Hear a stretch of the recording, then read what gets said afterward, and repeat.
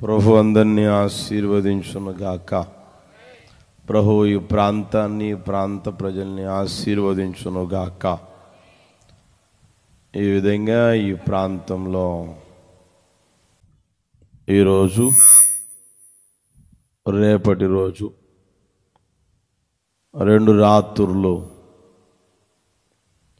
సభలు ఏర్పరచగలిగేటట్లుగా ప్రభు సహాయం చేశారు.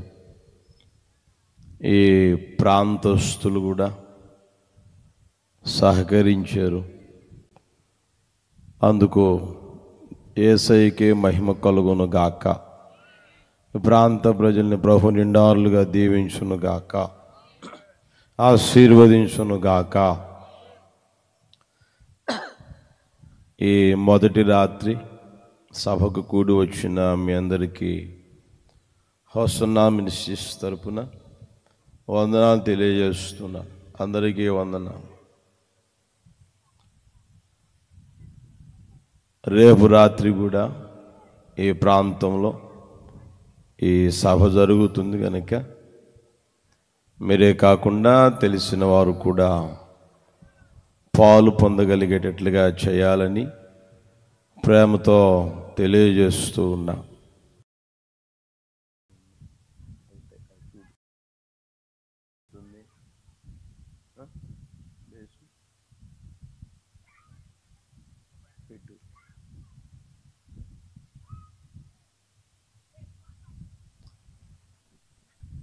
ప్రభు వాతావరణాన్ని ఆయన స్వాధీనంలో ఉంచుకొని మంచి వాతావరణం ఇచ్చినందుకు అందరం చేతులెత్తి చేతులూపుతూ స్తోత్రం చెబుదామా? స్తోత్రం, స్తోత్రం, స్తోత్రం, స్తోత్రం, స్తోత్రం, స్తోత్రం, స్తోత్రం, స్తోత్రం, స్తోత్రం. హల్లెలూయా. కొద్ది సమయం దేవుని మాటలు తెలియజేస్తాను, జాగ్రత్తగా ఆలకించాలని ప్రేమతో కోరుకుంటూ ఉన్నాను.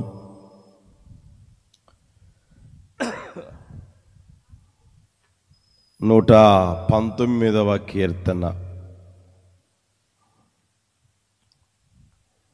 తీశారా? 119వ కీర్తన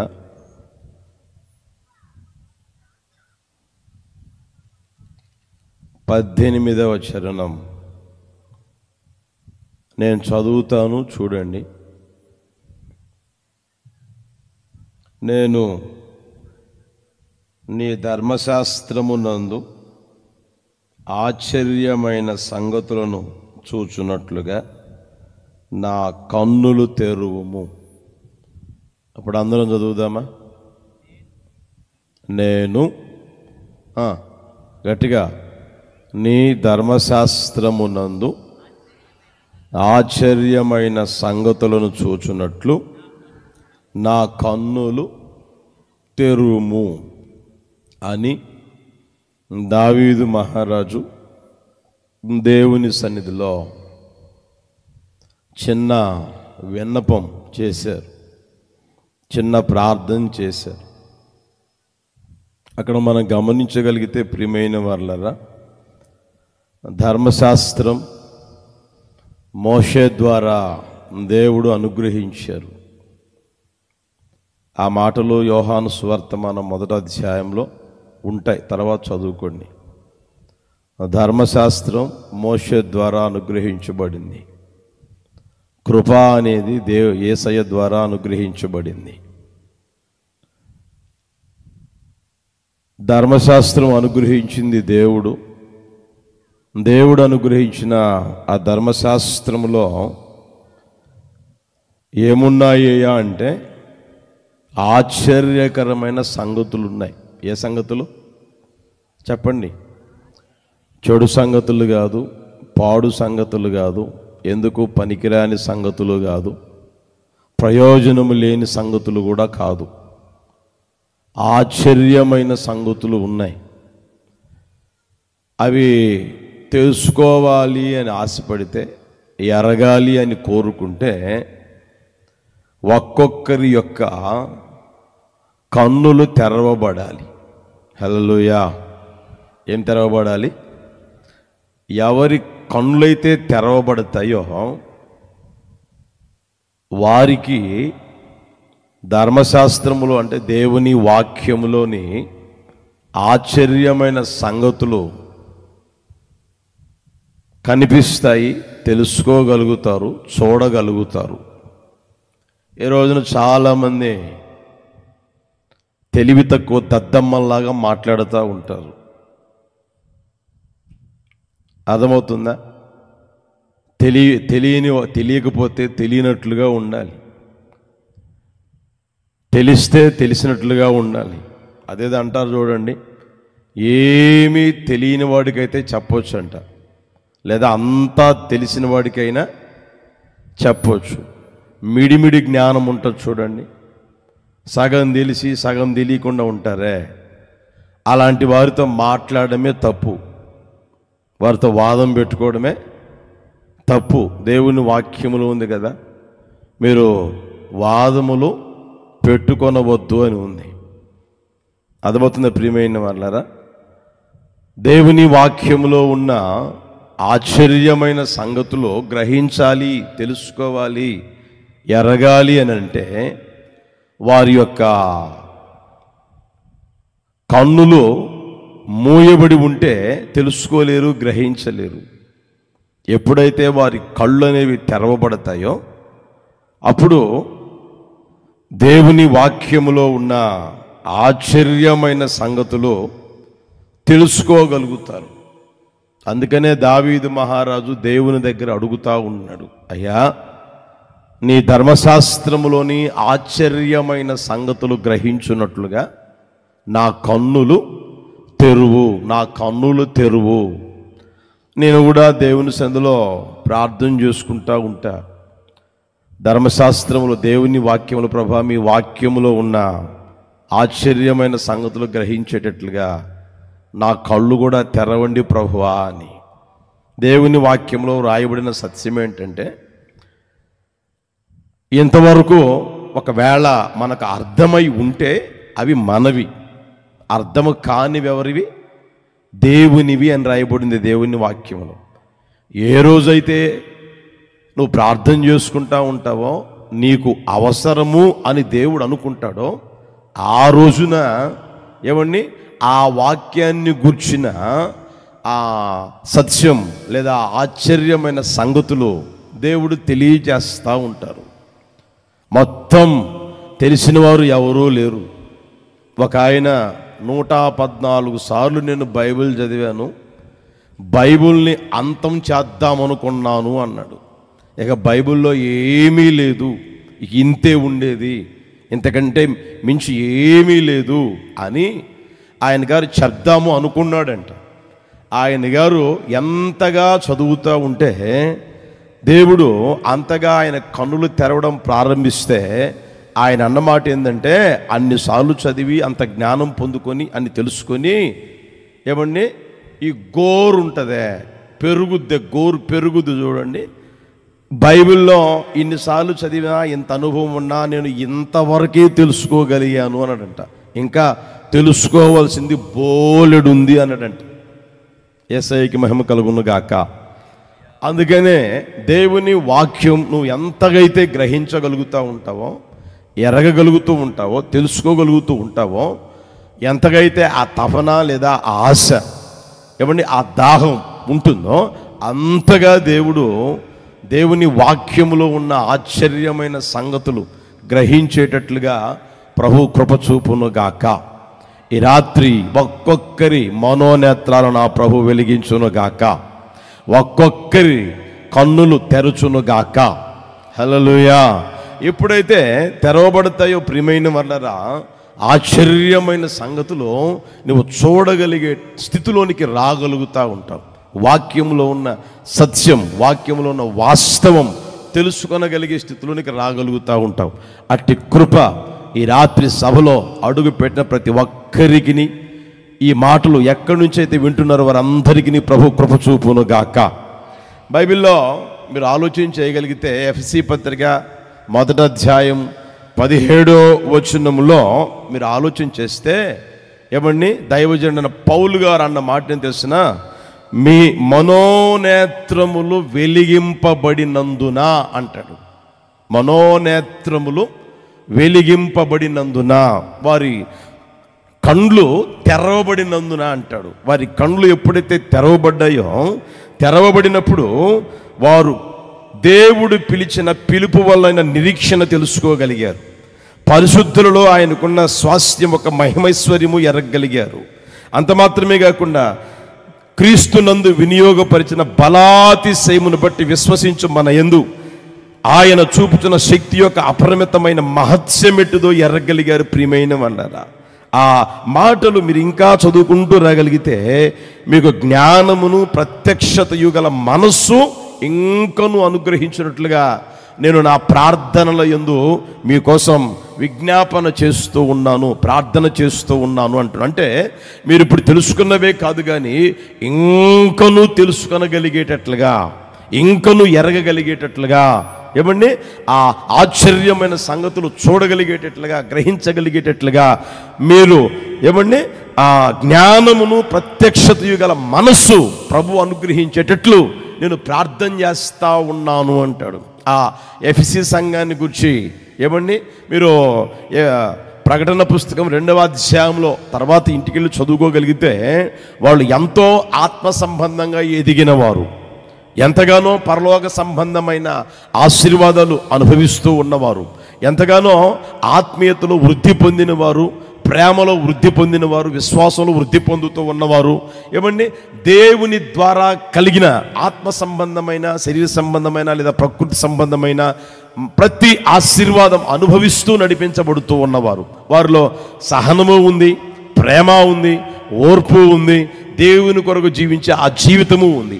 అంత మాత్రమే కాదు మీ జీవితంలో ఉండవలసింది, ఇంకనూ మీరు ఎరగాలి, ఇంకనూ మీరు తెలుసుకోవాలి అని ఆయన గారు ప్రార్థన చేసినట్లుగా దేవుని వాక్యం మనకు తెలియజేస్తూ ఉంది. ప్రియమైన వాళ్ళరా, చూడండి, అప్పుడప్పుడు మనం వింటూ ఉంటాం, అర్థమవుతుందా? ఏమండి పైకి కనబడే మనిషిని కాదు, లోపల ఒకడున్నాడు అంటారు. అర్థమవుతుందా మీకు? మీరు కూడా అంటారు అప్పుడప్పుడు, పైకి ఇలా కనపడుతున్నానేమో నేను, నా లోపల మనిషి బయటికి వస్తే అనే మాటలు మాట్లాడుతున్నారు చాలామంది.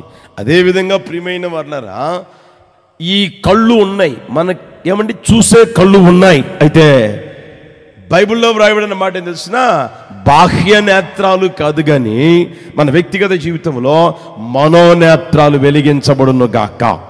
హల్లెలూయా, హల్లెలూయా. బాహ్య నేత్రాలతో నువ్వు ఎంత చూసినా ఏమండి అక్షరానుసారంగానే నీకు అర్థమవుతుంది. దేవుని వాక్యంలో ఉన్న ఏమండి మాటలు అక్షరానుసారంగానే అర్థమవుతాయి. ఎప్పుడైతే బాహ్య నేత్రాలు ముయ్యబడి మనోనేత్రాలు వెలిగించబడతాయో అప్పుడు దేవుని వాక్యములో ఉన్న సత్యం, దేవుని వాక్యములో ఉన్న ఏమండి వాస్తవం, దేవుని వాక్యములో ఉన్న ఆ ఆశ్చర్యమైన సంగతులు చూడగలిగే స్థితిలోనికి వస్తారు. ప్రియమైన వాళ్ళరా, ప్రభు ఆ స్థితిలోనికి ఒక్కొక్కరిని తీసుకుని వచ్చును గాక. హల్లెలూయా. బాగా గమనించండి, మీ అందరికీ పరిచయమైన ఒక వ్యక్తిని గురించి మీకు తెలియజేస్తా. దైవజనుడైన పౌలు గారు ఉన్నారు. ఆయన గారి ముందు పేరు ఏంటంటే సౌలు అని రాయబడింది దేవుని వాక్యంలో. ఆయన గారు మనం గమనిస్తే ఒక రోజున ఆయన గురించి ఆయనే చెప్పాడు. ఏమని తెలిసిన, పూర్వము నేను దోషకుడును, పూర్వము నేను హానికరుడును, పూర్వము నేను ఏమండి దోషకుడును, హింసకుడును, హానికరుడును అంటాడు. హింసకుడంట, హానికరుడంట, దోషకుడంట. అలాంటి జీవితాన్ని జీవిస్తూ ఉన్న వ్యక్తి. అంత మాత్రమే కాదు, సంఘమును అపరిమితంగా హింసించిన వాడు, యేసు ప్రభుని నమ్మిన బిడ్డలు ఎక్కడైతే ఉన్నారో అని తెలుసుకుని ఆ ప్రాంతానికి వెళ్ళి ఏమన్నా అక్కడ కూడా వారిని హింసించి వారిని చంపి ఆ తర్వాత బయలుదేరి వస్తూ ఉండేవాళ్ళు. బైబిల్లో వ్రాయబడిన మాటని తెలిసిన, హింసించడమే లేదా చంపడమే లేదా దూషించడమే ఆయన ప్రాణాధారముగా మార్చుకున్నాడు. ప్రతిరోజు ఏమండి ఈ రోజున మనం గమనిస్తే ఇంట్లో మనిషి కాస్త తిని ప్రతిరోజు పనికి పోతూ ఉంటాడు. కూలి పనికో లేదా ఉద్యోగానికో లేదా వ్యాపారానికో పోతూ ఉంటాడు. ఆ వ్యక్తి పని ఏంటంటే, ఆ వ్యక్తి యొక్క ప్రాణాధారం ఏంటి అంటే హింసించడం, దూషించడం, హాని చేయడం, ఏమండి చంపడం, ఇలాంటి పనులే అనమాట. అలాంటి పనులు చేస్తూ ఉన్న ఆ వ్యక్తి ఒక రోజున దారిలో అలా వెళ్తూ ఉంటే, ప్రియమైన వాళ్ళరా, ఆకాశమందున్న దేవుడు అతనికి వెలుగులో ప్రత్యక్షమయ్యాడు. ప్రత్యక్షమైన తర్వాత మాట్లాడడం జరిగింది. మాట్లాడిన తర్వాత ప్రియమైన వాళ్ళరా, ఈయన వెళ్ళి ఓ ప్రాంతంలో ఉంటే అక్కడికి ఒక సేవకుడిని పంపితే ఆ సేవకుడు వచ్చి ప్రార్థన చేశాడు. ప్రియమైన వాళ్ళరా, మీరు ఆ మాటలో చూస్తారా? చూడండి, అపోస్తుల కార్యాలు 9వ అధ్యాయం 17వ వచనం చూస్తే, అననీయ వెళ్ళి ఆ ఇంట ప్రవేశించి అతని మీద చేతులుంచి, సౌలా సహోదరుడా, నీవు వచ్చిన మార్గములో నీకు కనబడిన ప్రభువైన యేసు నీవు దృష్టి పొంది పరిశుద్ధాత్మతో నింపబడున్నట్లు నన్ను పంపి ఉన్నాడని చెప్పాను. 18 చూడండి, అప్పుడే అతని కన్నుల నుండి పొరల వంటివి రాలగా దృష్టి కలిగి లేచి బాప్తిస్మము పొందెను. తరువాత ఆహారము పుచ్చుకొని, బాగా గమనించండి ప్రియమైన వాళ్ళరా, ఆయన గారికి దృష్టి లేదా? దృష్టి ఉంది కదా. కళ్ళు లేవా? కళ్ళు ఉన్నాయి కదా. కళ్ళు ఉన్నాయి, దృష్టి ఉంది. అయితే ఆ సమయంలో ఏం జరిగింది తెలిసిన? కన్నుల నుండి పొరల వంటివి రాలాయంట. అర్థమవుతుందా? ఒక్కొక్కరికి ఆ పొరల వంటివి రాలాలి. అర్థమవుతుందా? కొంతమంది చూడండి, మీకు అర్థమైందని చెప్తా ఉన్నా, కొంతమందికి ఏమండి కులమో అనే పొరలు పట్టుతాయి. ఇంకొంతమందికి మతము అనే పొరలు పడతాయి. ఇంకొంతమందికి డినామినేషన్ అనే ఆ పొరలు పడతాయి. ఇంకొంతమందికి గర్వం అనే పొరలు, ఇంకొంతమందికి అహంకారం అనే పొరలు, ఇంకొంతమందికి నాకేం తక్కువ, తినేదానికి లేదా, కట్టుకునేదానికి లేదా, ఉండేదానికి లేదా, నాకేంటి డూప్లెక్స్ బిల్డింగ్ ఉంది, నాకేంటి వ్యాపారం ఉంది, నాకేంటి ఏమండి నేనెవరినో తెలుసా, ఇలాంటి పొరలు కమ్ముంటాయన్నమాట. ఎప్పుడైతే అవి కమ్ముంటాయో అప్పుడు ఉండాల్సిన కళ్ళు ఉండవు, ఉండాల్సిన చూపు ఉండదు. అర్థమవుతుందా? మాట్లాడాల్సిన మాటలు మాట్లాడరు, అనాల్సిన ఆ మాటలు మాట్లాడరు. ప్రియమైన వాళ్ళు చూడవలసిన విధంగా చూడరు. చిన్న పెద్ద గురువు దైవం ఇవేమి ఉండవన్నమాట. ఇష్టం వచ్చేదిగా ప్రవర్తించి ఆ స్వభావం చేత నింపబడి నడిపించబడతా ఉంటారు. ప్రియమైన వాళ్ళరా, ఎప్పుడైతే ఆ సేవకుడు వచ్చి ఏమండి ప్రార్థన చేశాడో ఆ తర్వాత ఆ కళ్ళుల నుండి పొరల వంటివి రానాయంట. ఎప్పుడైతే రానాయో ఆ తరువాత చూడవలసినట్లుగా చూస్తా ఉన్నాడు, మాట్లాడవలసినట్లుగా మాట్లాడుతూ ఉన్నాడు, బ్రతకవలసినట్లుగా బ్రతుకుతా ఉన్నాడు.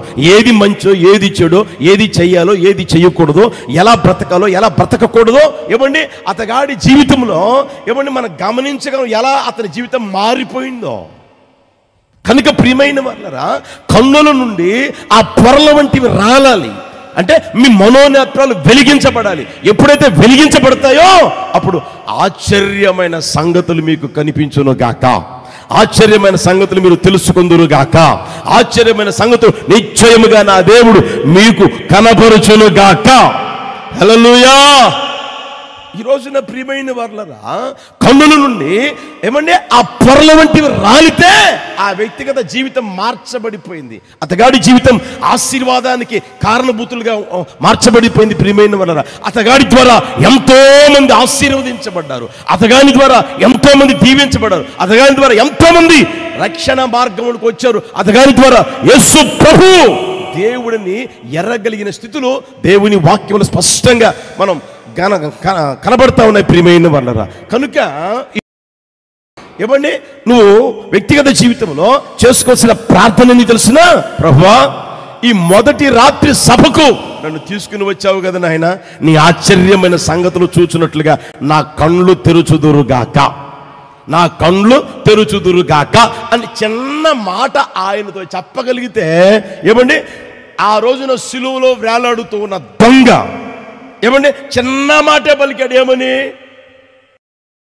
గట్టిగా మన ధ్యానం చేస్తుంటారు కదా, మొట్టమొదటి మాట ఏంటి? ఇంకా చూస్తున్నారు. సిలువలో పలికిన మాట ఏంటండి చెప్పరేమండి? ఆయన గారు చెప్పిన మాట ఏంటి? దొంగ పలికిన మాట ఏంటి?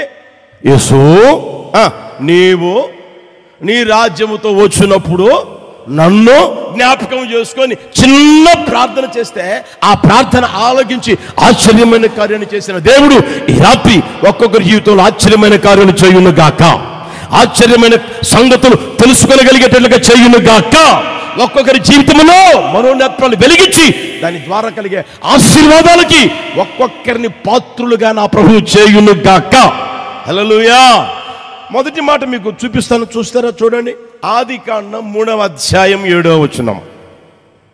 ఆదికాండం 3వ అధ్యాయం 7వ వచనం. వారి కన్నులు తెరవబడి దిగంబరులమని తెలుసుకొని అని రాయబడింది. ప్రియమైన వాళ్ళరా, ఉందా ఆ మాట? లేదా? ఉందా? మరో చదవండి ఒకసారి. 7వ వచనం అందరూ చదవండి. అప్పుడు వారిద్దరు కనులు తెరవబడి దిగంబరులమని తెలుసుకొని, తల్ల పైకి ఎత్తండి, జాగ్రత్తగా గమనించండి. ఈ చరిత్ర నుంచి నిజంగా మీ అందరికీ బాగా పరిచయం. దేవుడు లోకమంతటి సృష్టించాడు నోటి మాట ద్వారా. కలుగునుగాక, కలుగునుగాక, కలుగునుగాక, కలుగునుగాక అన్నాడు. మొత్తం కలిగిపోయింది. ఆకాశం కలుగునుగాక, సూర్యుడు కలుగునుగాక, చంద్ర నక్షత్రములు కలుగునుగాక, ఏమండి క్రింది జలాలు మీది జలాలు వేరుపరచబడునుగాక, సమస్తం ఏమండి కలుగునుగాక, కలుగునుగాక అంటే అలాగే జరిగిపోయింది. ప్రియమైన వాళ్ళరా, తర్వాత మనం ఆలోచన చేయగలిగితే మనిషిని బాగా గమనించండి, మనిషిని కలుగునుగాక అన్నాడా? అనలేదు. ప్రియమైన వాళ్ళరా, దేవుడు ఏం చేశాడు అంటే మనిషిని కలుగు చేసేదానికి, నిర్మించేదానికి ఆయన చేతులకు మట్టి పూసుకున్నాడు. మట్టిని తీసుకొని ముద్దం చేసి దేవుడు ఎలా అయితే ఉన్నాడో అలాగే మనిషిని కలుగు చేశాడు, నరుని నిర్మించాడు. ఆ తరువాత ఆయన అంటాడు ఏమండి, జీవవాయువును ఓదగా జీవించు ప్రాణి ఆయను అని రాయబడి ఉంది. ఏమండి ఆ తర్వాత దేవుడు జీవవాయువును ఊదాడు, జీవించు ప్రాణిగా మార్చబడ్డాడు.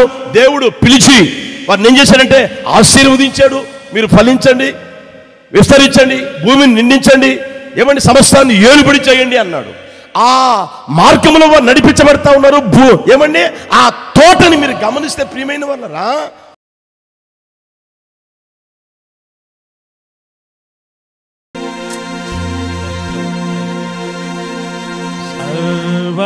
సర్వయుగములలో సజీవుడవు,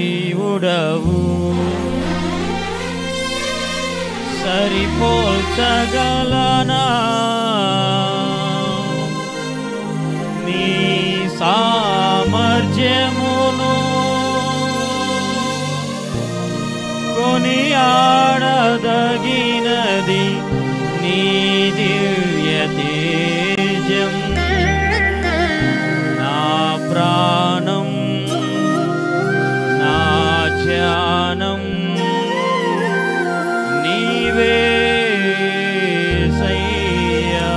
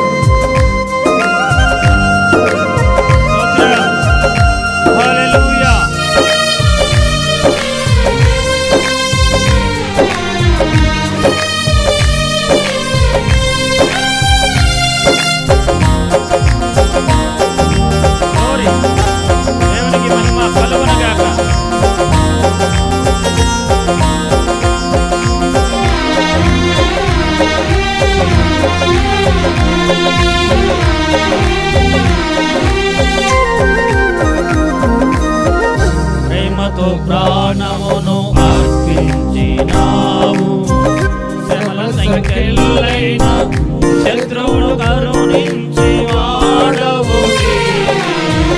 ప్రేమతో ప్రాణమును అర్పించినావు, శ్రమల సంఖ్యలైన శత్రువును కరుణించు వాడవు నీవే. ఊరులో నీ ఎదుట వీరులు కారెన్నడు, జగతిని జయించిన జయశీలుడా. ఊరులో నీ ఎదుట వీరులు కారెన్నడు, జగతిని జయించిన జయశీలుడా. సర్వయుగములలో సజీవుడవు, సరిపోటగలనా నీ సామర్థ్యమును, కొనియాడదగినది నీ దివ్య తేజం. నా జానం నా ప్రాణం నీవే యేసయ్యా, సరిపోల్చగలనా నీ సామర్థ్యమును, కొనియాడదగినది నీ దివ్య తేజం. నా జానం నా ప్రాణం నీవే యేసయ్యా. స్తోత్రం. దేవునికి మహిమ కలుగునగాక. ప్రియ ప్రాంత వాస్తవ్యులారా, ప్రభు ప్రాంతాన్ని ప్రేమించి కుటుంబాన్ని ప్రేమించి 2 రాత్రుల సువార్త స్వస్థత సభలు ఏర్పాటు చేయడానికి ప్రభు ఎంతో సహాయం చేస్తున్నారు. ప్రతికూలమైన వాతావరణాన్ని ప్రభు అనుకూలపరుస్తున్నారు. ఈ మొదటి రాత్రి సభలు ఇప్పటికే దైవ సేవకుల ప్రార్థనతో ప్రారంభించి పాటల పాటలు ప్రభును చూపిస్తూ ఉన్నారు. కుటుంబాలుగా ఈ సభలో పాల్గొని ప్రభు యేసుక్రీస్తు వారి ఉన్నతమైన దీవెన ఆశీర్వాదాలు పొందుకుంటారని ప్రభు ప్రేమ బట్టి ఆహ్వానిస్తున్నాం.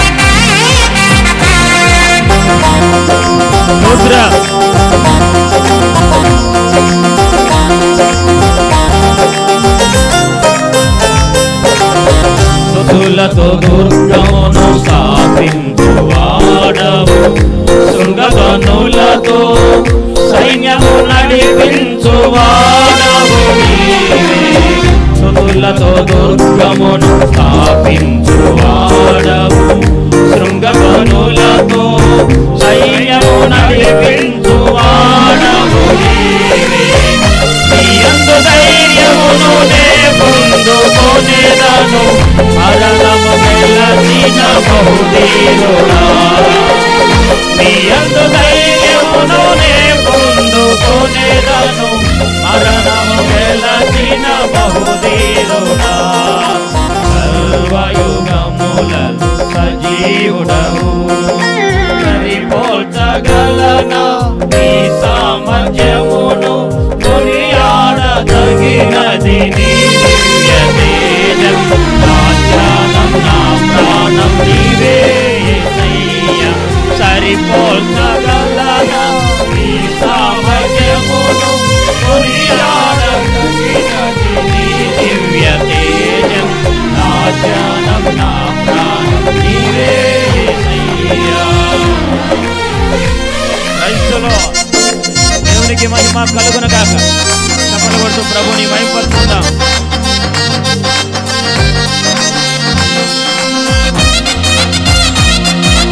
హల్లెలూయా.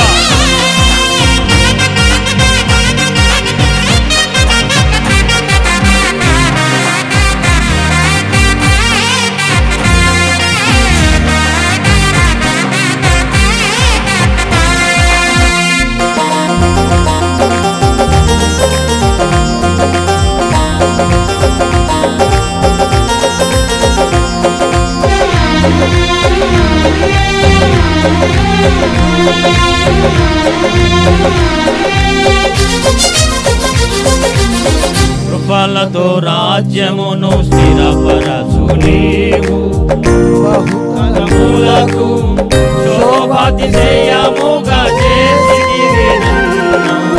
కృపలతో రాజ్యమును స్థిరపరచు నీవు, బహుతరములకు శోభాతిశయ